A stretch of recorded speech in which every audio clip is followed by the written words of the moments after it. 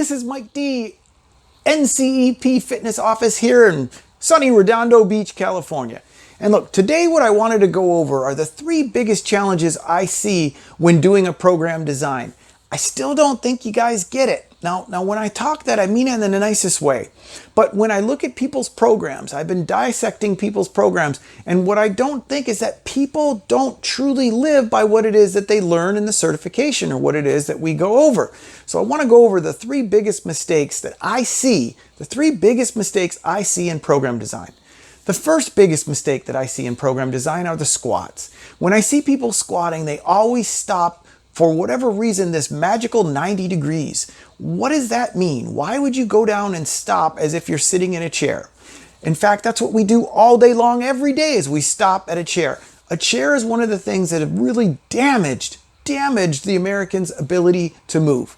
Since we adapted the chair and the toilet and everything up high, we have stopped moving the way that we should. We need to get back to our roots and go all the way down. Our pelvis needs to go below our knees, all the way down until it stops. Now, remember, you must have your heels firmly planted on the ground. If you cannot go all the way down with your heels planted, then you can add a little heel lift. Now remember, this should be temporary, but add a little heel lift.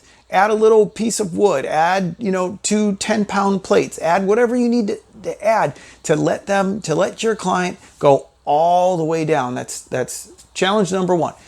The second thing that I see that people just completely neglect is the twist. We need to twist, and twist some more. You need to engage your spine all the way from the top all the way to the bottom, and all the way from the bottom all the way to the top. So what you need to do is you need to keep your shoulders, right? So there's 2 different ways to go about it. So if we're lying sideways, right, I need you to open up. Keep your legs still pointed in the other direction and open up and try to open up the spine from what? From top to bottom. Open up your spine from top to bottom. Now, remember, you got to do that on both sides. The next thing is you want to do the opposite from bottom to top. So in other words, you lie flat on your back, keep your arms straight out, bring your legs up and flip them over to one side, bring it back up and flip them over to the other side, trying to keep your back completely flat up against the ground, okay? So twist. We need to work on twisting. It's so important. We do so many things in the sagittal plane that we don't work in the transverse plane, and we don't get that twisting motion.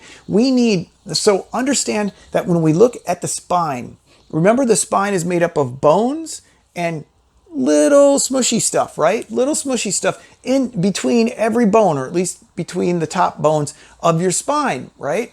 Now, what you need to do is you need to squeeze, almost wring that out, wring it out. And what it does is it squeezes out the impurities inside of the spine, and then the process of what we call imbibe, right? It imbibes and sucks back nutrients. So we need to take our spine and literally wring it out. Just wring it out like we are wringing out an old rag. You need to wring it out, okay? Next and third is pushes and pulls. Guys, look, I know everybody wants to walk around with a big chest and pretend that they can bench press the world, but it's ruining our posture. We need to really focus on the pull. Now remember, if you're pushing down or pushing out or pushing up in any direction, pushes all use the 3 same primary movers, which are what? The triceps, the anterior delts, and the pectoralis, right? So those 3. So whether you're pushing down or pushing out or pushing up or pushing straight, either of those pushes, they're all using the same exercise. It's the same muscles. So when you do every exercise over and over again, you're just overworking those pushing muscles.